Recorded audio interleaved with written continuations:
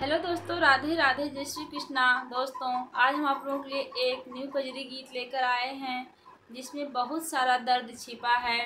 आप लोग वीडियो को लास्ट तक देखिए और कमेंट करके हमें बताइएगा कि यह गीत आपको कैसी लगी। जेही बिटिया के नाही मयरिया, बिटिया नहीं हरे कैसे जाए। जेही बिटिया के नाही मयरिया, बिटिया नहीं हरे कैसे जान।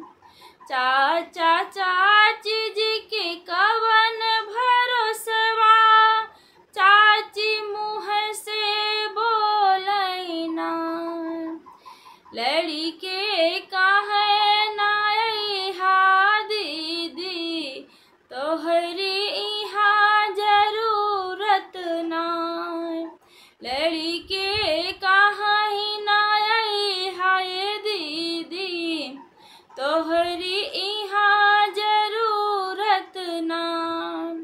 जेही बेटी के नाही मयरिया, बेटी नहीं हरे कैसे जान।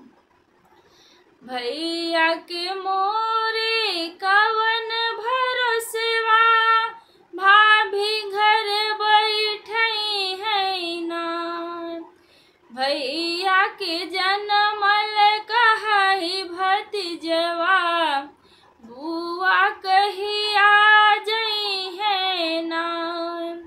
भैया के जनमल कही भतीजवा, बुआ कही आ जई है ना। जेही बेटी के नाही मयरिया, बेटी